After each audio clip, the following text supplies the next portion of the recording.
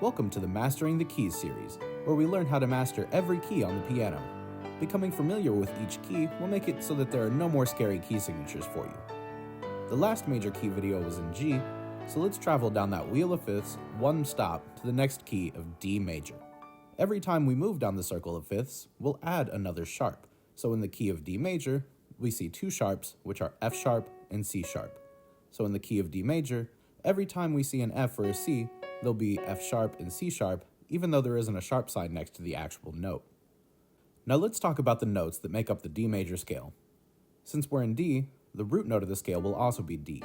By following the major scale step pattern of whole step, half step, whole step, whole step, whole step, and half step, we get the notes D, E, F sharp, G, A, B, C sharp, and back to D. Now let's talk about the scale. The scale uses the same finger pattern as the G major scale in the previous video. To play this on the piano, our right hand thumb will start on D, and we will go finger numbers 1, 2, and 3, then slide our hand over so our thumb lands on G, and continue with finger numbers 1, 2, 3, 4, and 5. Then back down, we'll use fingers 5, 4, 3, 2, 1, then slide our hand back down so our thumb is on the D key again, and continue downwards with 3, 2, and 1. Again, those finger numbers for the right hand D major scale are 1, 2, 3, shift, 1, 2, 3, 4, 5, and back down with 5, 4, 3, 2, 1, shift, 3, 2, 1. Now when switching with that thumb, you can either do the crossover move or practice shifting your hand quickly. I prefer to do the shift because it eliminates any possible strain on the thumb from putting too much pressure on it at a weird angle, but that's more because I have a tendency to play with a good amount of force. You can use whichever method is easiest for you. Now practice that scale pattern slowly until you can do it 3 times in a row without mistakes, and then you can slowly speed it up. Once you feel comfortable with that, we can move on to the left hand. In the left hand, we start with the pinky, or finger number 5, on D, and play finger numbers 5, 4, 3, 2, and 1. Then we'll slide that hand up 3 notes so the thumb will land on D, and continue playing 3, 2, and 1. And then we'll go back down with 1, 2, and 3, and then shift back down 3 notes and play finger numbers 1, 2, 3, 4, and 5. Again, those finger numbers are 5, 4, 3, 2, 1, shift, 3, 2, 1, and then back down with 1, 2, 3, shift, 1, 2, 3, 4, 5. We'll do that a few times until it's comfortable to play, and then try playing with both hands together at the same time. This is the tricky part because each hand will shift at a different note. Let's set up our hands on D, and we'll play the notes D, E, and F sharp, and now the right hand shifts up to G, then we play A, and now the left hand will shift up to B, then we'll play C sharp and D. Now back down the scale, we go from D to C sharp and then B, and the left hand shifts down to A, then we'll play G, and the right hand shifts back down to F sharp, then E, and finally back home to D. Now let's do that again, but a little slower. We'll play D, E, F sharp, G, A, B, C sharp, and D, and back down with D, C sharp, B, A, G, F sharp, E, and D. Great work so far. Once you feel comfortable with those scales, we can move on to the arpeggios. Arpeggios are runs that play the root, the third, and the fifth notes of the scale, which in D major are D, F sharp, and A. D major arpeggios use the same fingering as G major, just with different notes. We'll start with finger 1 in the right hand on D, finger 2 on F sharp, and finger 3 on A.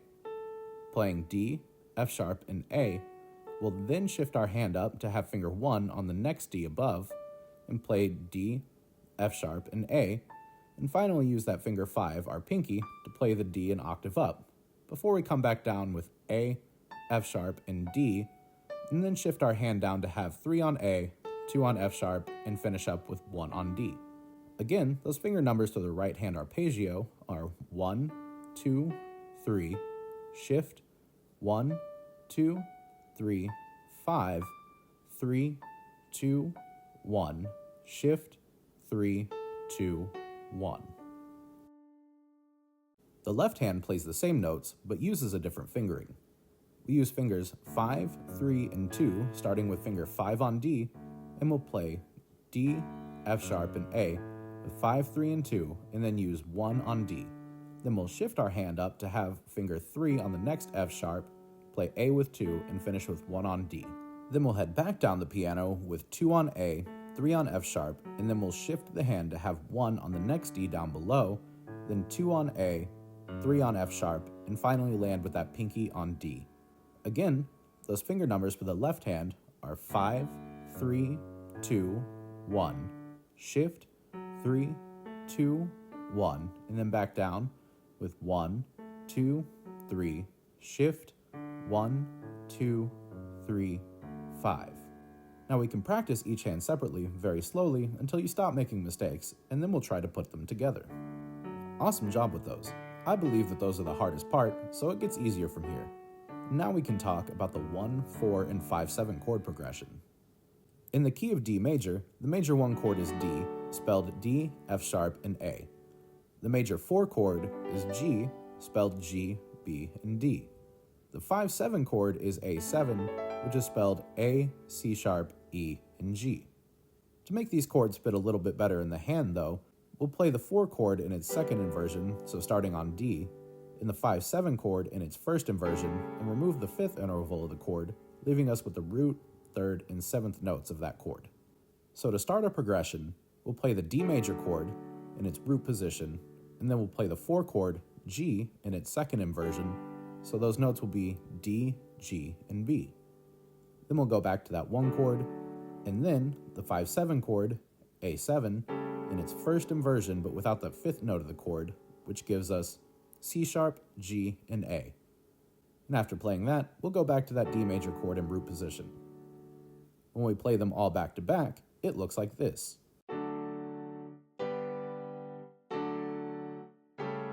We add these to our practice routine because the 1, 4, and 5 chords are the most common chords that are in pretty much any piece of music. Whether it's major or minor, you'll find these chords played the most out of any song that you listen to.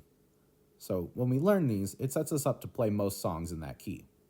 Now great job making it through all those. There's just one last thing to talk about before truly mastering the key of D major, and those are the inversions. These are just going through different ways to stack and play the D major chord. In the right hand, we'll play D major with the notes D, F sharp, and A using the classic 1, 3, 5 fingering. Then we'll move finger 1 up to F sharp, and we'll play F sharp, A, and D, which is the first inversion, with finger numbers 1, 2, and 5.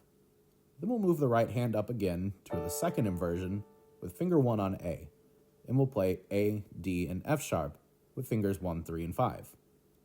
And finally, we'll move our hand up one more time to play that root D major chord, but an octave up with fingers 1, 3, and 5. In the left hand, the notes are the same, but we'll use different fingers.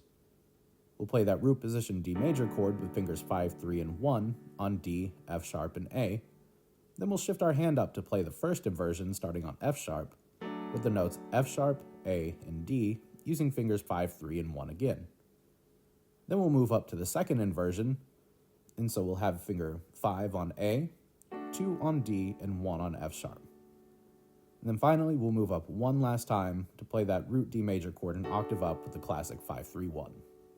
Like all the other parts of this process, play each hand slowly until you can play it without airs, then try putting them together and play it even slower than you would with the hands separately. Now let's put everything that we've learned together. We'll do the scale, the arpeggio, the chords, and the inversions.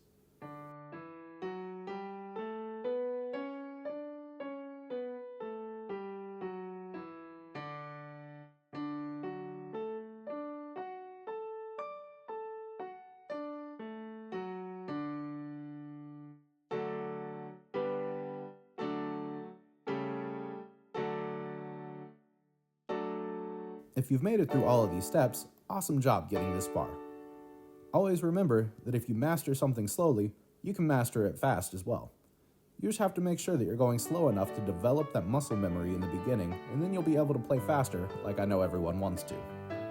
Now congratulations on mastering the key of D major.